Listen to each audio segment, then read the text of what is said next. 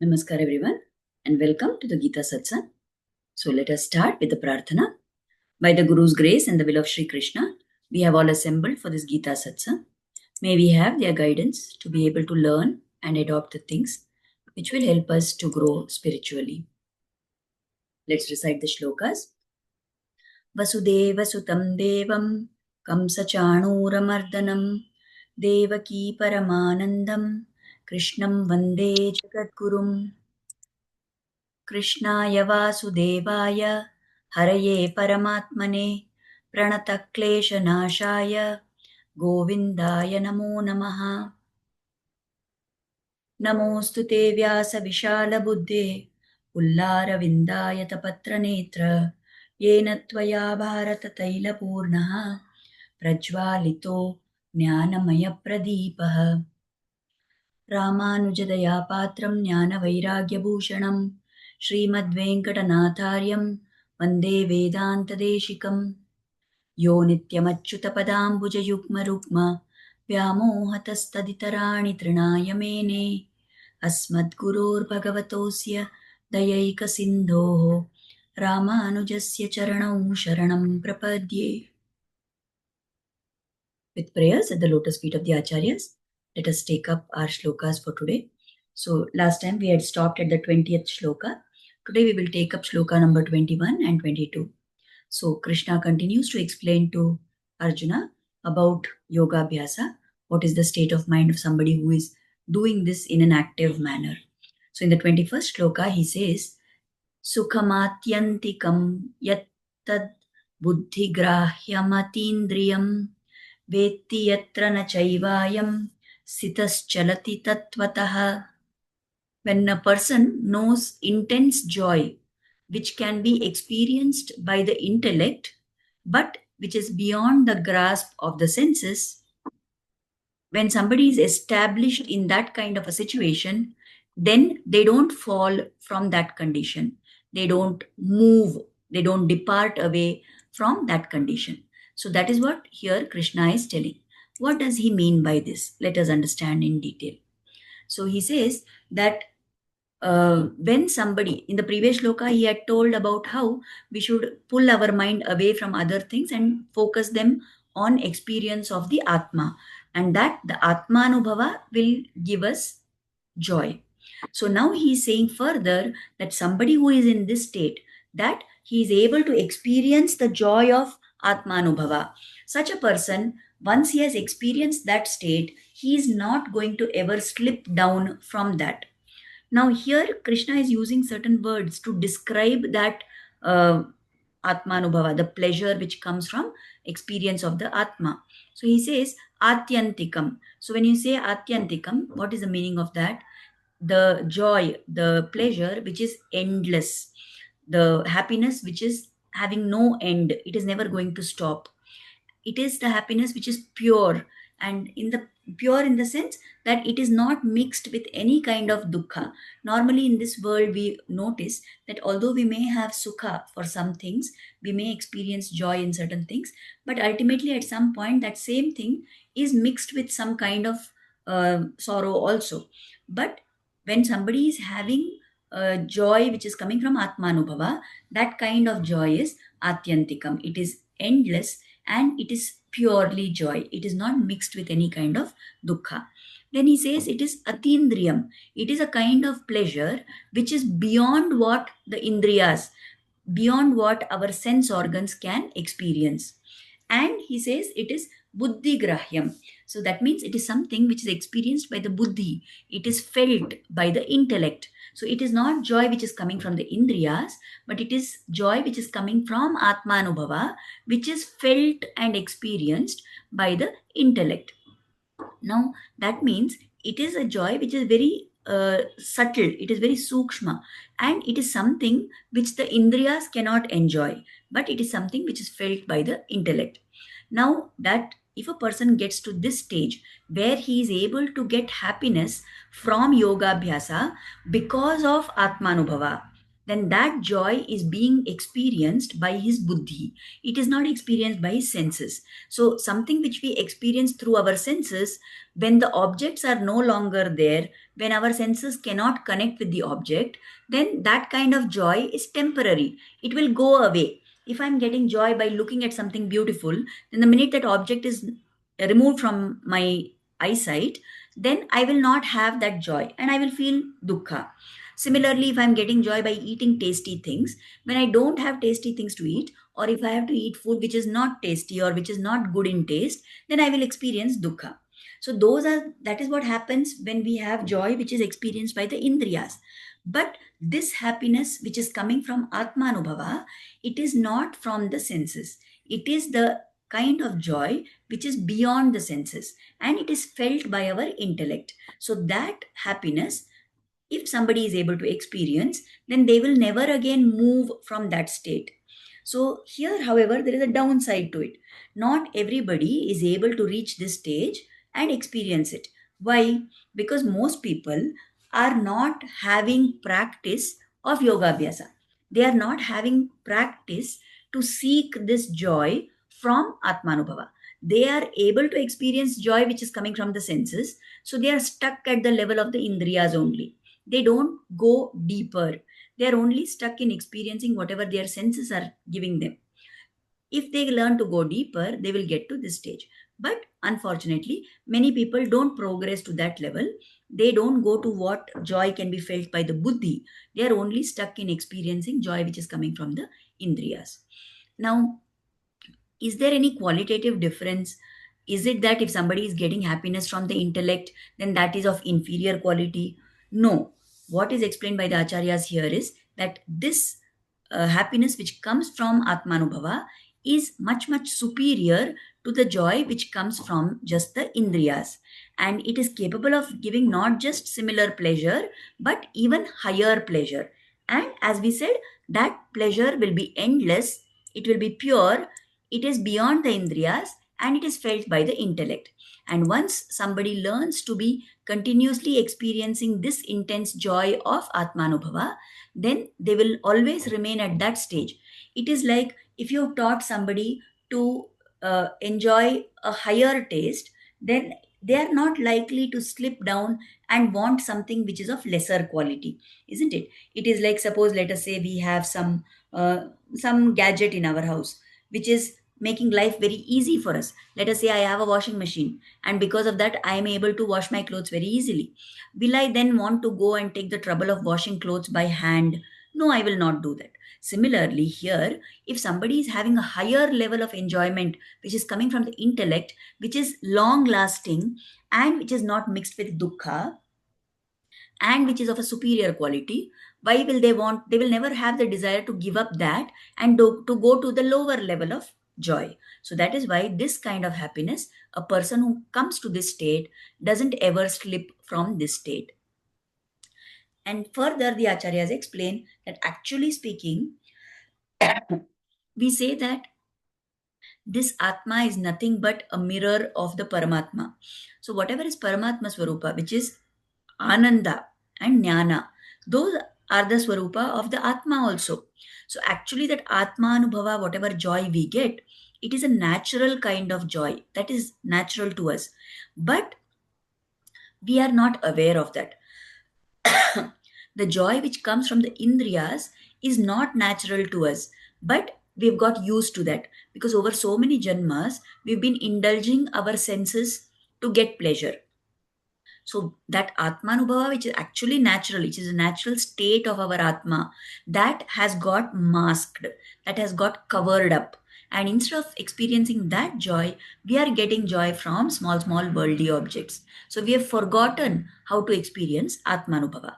But if repeatedly we keep practicing yoga, if we keep trying to focus our mind on Atma Anubhuti, if we keep trying to focus our mind on remembering that this Atma is permanent, the Sharira is temporary, that the Atma is capable of giving me all the joy, I don't need anything from the outside world. And if we keep learning to focus our mind on that and meditate like that repeatedly, then gradually we will be able to rediscover this joy of Atmanubhava, which is our actual natural state. That is what Krishna has explained in this shloka. Now, in the next shloka, in the 22nd shloka, he says, Yam labdhva cha param labham manyate nadikam tatah yasminasto na dukkhena gurunapi vichalyate. He says that which somebody gains, having gained which, one considers that there is no greater gain than that. And if somebody gets established in this state, then he is not moved even by the heaviest sorrow. What is the meaning of this? When somebody attains this state of yoga, when somebody attains this Atmanubhava, he realizes that this is the superior most happiness that I can have. So then he does not seek anything else. He does not run behind anything else because he knows that this is the supreme kind of happiness which I am experiencing. So just because somebody is getting joy from yoga abhyasa, does it mean then that they will give up all their worldly things, activities? Will they stop eating? Will they stop sleeping? Will they stop doing their work and all that? No, it doesn't mean they will stop all those things, but they will continue to do those activities. However, they will not try to seek joy from those activities. Right now, what is our status? We think that by eating tasty food, we will get joy. So whenever we are eating, we are hankering for good taste because we think that this is what is going to give us joy. When we are trying to sleep, we want to get good quality sleep because we think that, oh, in that sleep I will get joy. When I want to enjoy some other kind of experience, why I am doing it, thinking that that is going to give me joy. So just because somebody starts yoga abhyasa and starts experiencing joy from Atmanubhava, doesn't mean they will stop eating, stop doing other things. They will continue to do it. But what will shift is their mindset. They will continue to do the activities, but they will not seek any joy from that activity. They will understand that this is part of my routine activity and I'm doing it because I have to do it, right? So then they will come to the higher state. Like for example, you must have heard people talking about how there are some people who eat to live and there are others who live to eat. What is the meaning of this? You eat to live means you are only eating how much is required for your sustenance. You are eating that which is giving nourishment to your body, which is taking care of the nutritional needs of your body. And because you are eating that, you are staying alive and able to function. So that is the idea of somebody who is eat to live. But then there are some people who act as if they are living to eat. That means what? The very purpose of their life is to eat and to eat and to eat good things and to eat tasty stuff and to try this and that cuisine and to try this and that variety of food. Go to this hotel, go to that place, enjoy this, enjoy that. So that is the kind of people who are living to eat. It's as if the purpose of their whole life, the reason why they are living is so that they can eat different things, right? So just as there's a difference between these two categories of people, there are people who eat to live, there are people who live to eat. So the person who is doing yoga abhyasa and this person who is doing yoga abhyasa and getting atmanubhava and the joy from that, such a person doesn't mean that they will stop eating, because after all, till the physical body is there, they have to eat to sustain that body. But they will stop looking for joy from what they are eating. They will stop having attachment on the food that they are eating. So like this is the next stage of the person.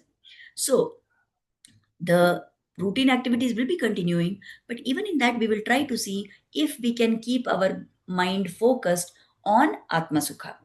So somebody who gets to this stage and they are firmly established in this state, okay, suppose some bad event happens in their life and they have to experience great dukkha also. Although they are going through the experience of dukkha, they will go through that experience, but they'll not get affected by it. That is the greatness of somebody who has come to this stage. A very easy way to understand this is that the Acharyas explain us the example of Lakshmana. What happened? We know that how Rama was ordered to go to Vanavasa. Sita, being his wife, she said, I will also come with you, and she decided that she is going to join Rama. So when Rama and Sita started to go, then Lakshmana said, I am your dasa. I will come with you. I will serve you non-stop in the forest. I don't want to stay here. I am coming with you, she said. At that time, Sumitra blesses him, which is very rare for a mother to willingly and happily send her child to the forest. Not only does she bless him, she gives him a special message. She says, "It is for this day that I was waiting. This is the event for which, this is the reason, this is the whole purpose for why I gave birth to you. That you dedicate your entire life to Ramakankarya. You dedicate your entire existence to serving Rama. I am very happy with you." And she tells him that from now on, consider Rama as your father, consider Sita as your mother, and consider that forest itself as Ayodhya. This Dasharatha is not to be thought of as father. I am not to be thought of as your mother. And this Ayodhya is not Ayodhya for you. The place where Rama and Sita are, that is only Ayodhya for you. So, with that kind of a message, she sends him. Right. Now, when Lakshmana went into the forest, do you think it was all very easy for him? He had to undergo so many difficulties, isn't it? He went, he was not required to go, but he went. Why did he go? Because he wanted to do Seva of Rama. Now, while doing Seva of Rama, it was not as if that is all going to be very easy. Alone, he has to be there. He has to do everything for Rama. He has to take care of both of them, right? He has to also experience all the difficulties of the forest life. And he has to be serving them at all times. He can't simply sit. He doesn't have anybody to do anything for him, right? So all that is definitely a tough life. So there was a great chance for him to experience dukkha. But did he get affected by it? No, not at all. He felt he was always in a state of joy. Why? Because for him, Rama Kainkarya was the superior most thing that he could do. His whole goal was to do Rama Seva. So when his focus was on serving Rama, then other things became immaterial for him, right? Similarly, for a person who is focused on Atmanubhava, on getting joy out of Atmanubhava, for such a person, other difficult things may come in their life. It is not that dukkha will not at all come, but he will not be affected by it. Why? Just like Lakshmana was getting joy, the supreme level of joy by serving Rama, and he didn't bother about other things. Similarly, for people who are getting joy from Atmanubhava, even if sad events come in their life, they will not be affected by it. They will not feel saddened by it. Bad events can happen to them. There is no guarantee that whatever is in their karma, they have to anubhava, so that, isn't it? They have to undergo that. So there is no guarantee that just because they are doing yoga abhyasa, they will not get dukkha. They are very likely to get dukkha. But although they may get dukkha, the important thing is their mind will not go to that. They will not feel the pain. They will not feel the sadness. So that is the advantage of somebody who is doing yoga abhyasa like this with this thing of Atmanubhava. That is what the Acharyas are trying to explain to us here. In fact, there is a shloka in the Mukunda Mala by Kulashekar Alvar where he says, Diviva bhuviva mamastu vaso narako va narakantaka prakamam avadhirita sharadara vindau charanau te maranepi chintayami.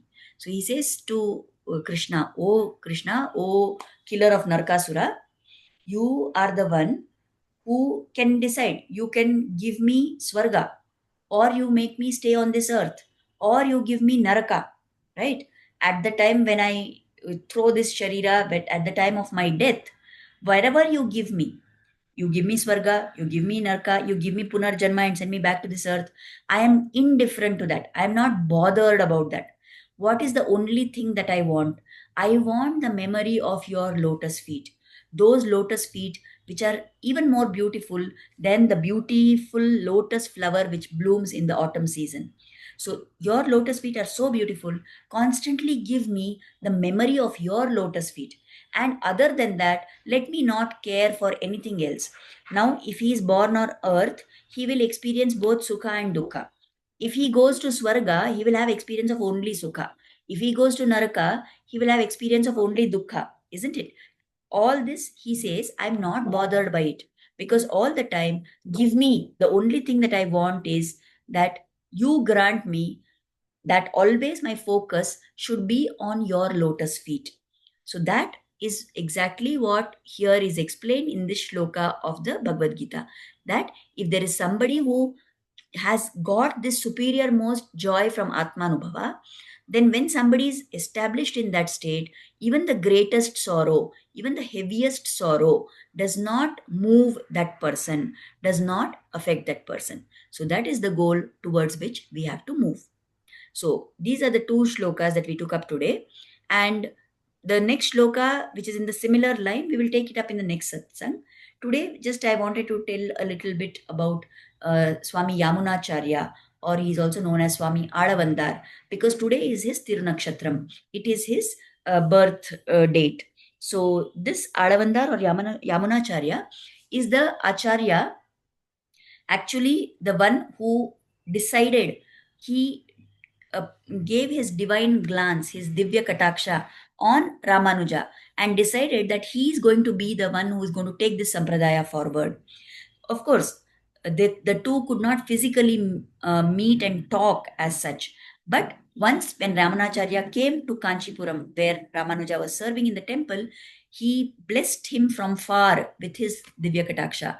And as a result of that, one of the Shishyas of Yamunacharya, called Periyanambi, was given the task that you will be the Acharya for Ramanuja, and you have to bring him into the Sampradaya, and he will continue this whole Sri Vaishnava Sampradaya. He will take it to great heights.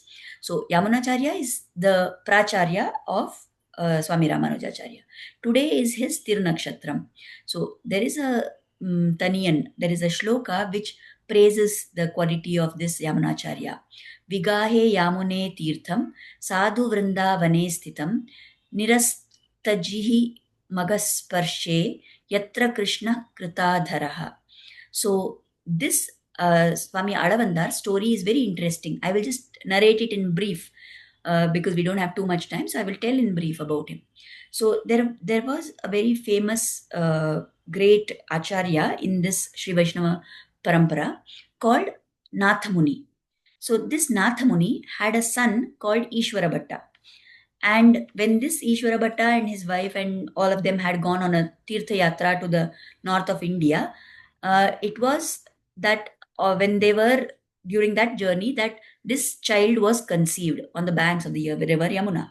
And that is why he was known as Yamuna. From childhood, he was called as Yamuna. Now, as he grew up, he was studying, and this child was very bright and very smart and like a child prodigy, very smart, far beyond his years. So he was being trained by one acharya. He was studying under one guru. So in that kingdom, there was one great pandit who was, very learned. No doubt he was learned, but he was also very proud. And he defeated many of the scholars in debates. And then he had set a rule that anybody who is a scholar, anybody who is, a guru and has shishyas and all, because he is superior to all of them, they should pay a tax to him. So that was his, dictum, and everybody had to follow that. If somebody refused, they would have to go and debate with him, and if they win in the debate, fine, but if they lost the debate, then he would, like they would not have any future after that, like that. So one day somebody comes like that with a demand from that person, asking this Yamuna's guru to pay the tax. Hearing this child Yamuna gets very angry. He says, "What is this? How dare you? My guru is such a great scholar. How can somebody else come and say I'm superior to him and take tax from him?" So they say, "Okay, fine. If you are challenging like this, then you have to come and debate with our great scholar in the court." So yeah, this Yamuna goes there, and then okay, we will not get into details of how he wins that debate, but he wins the debate. We'll take that up at some other time. It's a very interesting story, that also. But right now, it will divert us from this topic, so I'm not taking it today. So he goes there, and that child wins the debate. And because he has won the debate against that great scholar, he is given half the kingdom, and he becomes the king of that kingdom. So this child, who was born in this glorious Vamsha of Nathamuni, okay, that Nathamuni was the great scholar. He is the one who rediscovered the Divya Prabandhams, which the Alvars had sung. Actually, those Prabandhams had been sung by the Alvars, but then they had been lost, except just 10 shlokas which somebody was reciting. And that Nathamuni had gone and again done tapas and meditated upon Nammalvar, and he had got back the knowledge of those 4,000 Divya Prabandhas. So that was the great lineage into which this Yamuna was born. But now, because he was given the kingdom and he became king of that kingdom, he got diverted in that, and he completely forgot about this entire lineage of his, about studying the Shastras, about going into this Marga. He went off into the other track. He started ruling the land. He was behaving just like any other king would behave, although he was from this glorious Vamsha, which is of the Acharyas. Then what happened is, one of the later disciples of that Nathamuni, he was entrusted this task, and he kept seeing that, okay, this child, this has grown up, this person has become king, and this Yamuna is showing no sign of turning back towards this great sampradaya. He's not doing anything for atmonnati. He's only lost in ruling the kingdom. So then that acharya called Manakal Nambi, he devises a plan. So he brings one typical kind of green leafy vegetable. It's a kind of a soppu like thing, something which is very tasty, and he brings that every day and supplies it to the kitchen of this Raja, of this Yamuna. Okay, he by then he has got the name Alavandar. So he supplies it to this Alavandar, and every day the cooks, they cook it and they serve it to Alavandar. He is very happy. He likes it very much, that dish. It's because it's his favorite dish. So like this for 6 months, that Manakal Nambi, that Acharya, keeps supplying that thing. Nobody else is knowing where to find it. He's the only one who's bringing that particular vegetable. Now, after that, what happens is that one fine day, he suddenly stops bringing it. And when he suddenly stops bringing it, then this Alavandar is very curious. He asks his people, he calls the cooks and says, "What is this? Why are you not making that dish anymore?" So then they say, "No, there was one old person, one old man who was bringing it every day, and now he is no longer coming. So we don't know where to source it from. We don't know where to get that vegetable." So then this Alavandar says, "Oh, it was my favorite vegetable. Now you do one thing. Next time, if ever that man comes, you please bring him to me immediately," he says. So now they are all waiting. So after this gap of some days, again one day that Manakal Nambi comes there. And then the cook and all immediately take him. They say, "No, no, our Raja wants to meet you." So they take him there. And there he gets an audience finally with this Raja. Then Alavandar asks him that, "What is this? Why did you supply all this?" So then Manakal Nambi tells him that, "You are thinking only about the taste of this dish, this vegetable which I have given you, but I have a even bigger treasure to give you actually. You are the varis, you are the inheritor of a very great, bigger treasure than this mere vegetable. There is something else that I have to give you." So then Alavandar asks him that, "What is that? You please tell me." So he says, "Come with me." And he takes him and makes him stand in front of Lord Ranganatha at Sri Rangam. And seeing the beauty of that Lord there, suddenly this Alavandar wakens up. He was lost in that kingly duty and all that Adambara. Suddenly he wakes up and he has realization. And he says, "Oh, how beautiful is this Lord! How great is this Lord's form! What have I done in all my life? I have just frittered away my time. I went off track. I got lost in this samsara. But now I realize that this Lord is my ultimate goal." And then he studies all the Shastras under this Manakal Nambi, and he dedicates himself. He surrenders to the Lord and he dedicates himself to service of the Lord.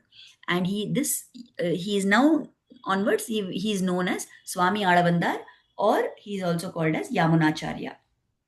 So he is very famous. He has composed many great works, many great stotras, granthas, and all that. There is something called Chatushloki, which he has written, where in just 4 shlokas he describes the greatness of Mahalakshmi Devi.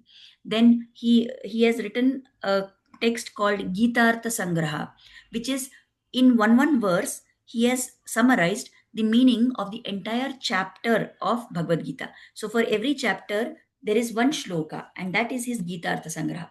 Using that as the base only, Swami Ramanujacharya composed his Gita Bhashya. And based on what Swami Ramanuja told in Gita Bhashya only, Swami Vedanta Deshikar composed his commentary on it, from which we are studying right now. Right? So there was another great composition of this Yamunacharya called Stotra Ratna. And in that, there is this particular 22nd shloka, which is very famous. It is quoted often by many of the scholars.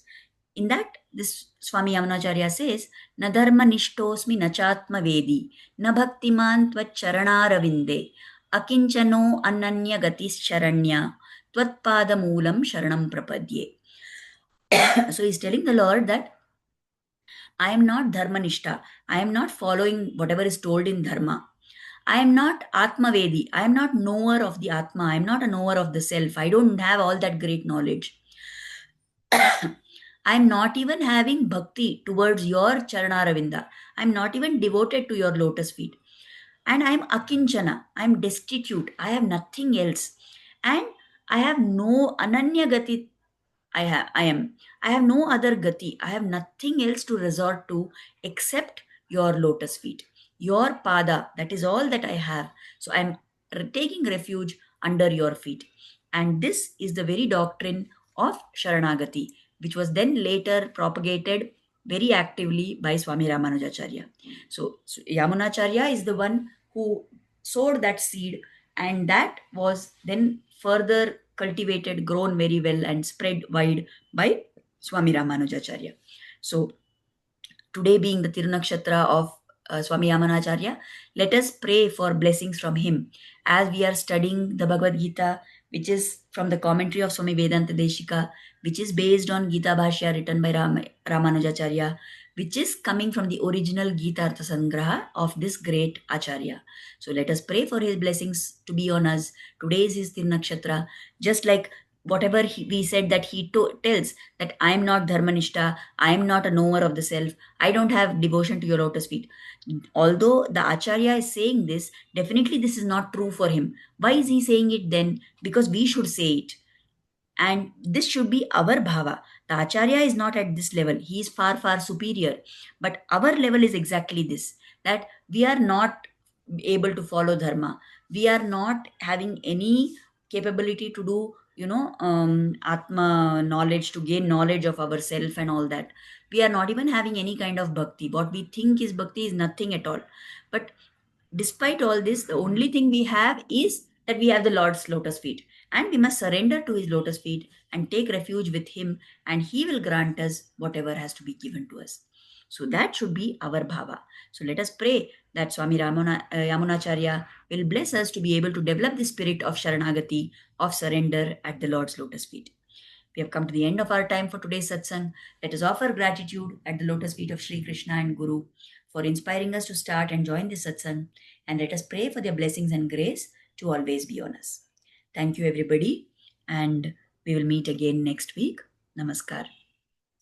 I suddenly realized that of late I've just been abruptly ending the satsang, and we've not been, actually discussing anything, no question answers and all. So I want to again say that if anytime at any point of time you have any questions, then please ask the questions to whatever extent possible. I will try to answer it, whether it is of the topic that we took that very same day, or if it is from some previous topic that we have taken also. If there are any doubts, any questions that you have, then please feel free to ask. Right now, does anybody want to ask anything?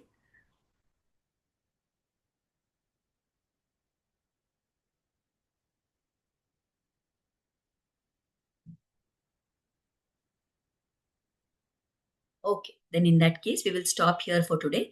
But please remember that if you have any doubts, then you are most welcome to ask them. You can, even if you ask them on WhatsApp, I will answer them in the next satsang. Okay, so let us stop here for today, and we'll meet again next Friday. Namaskar, everybody.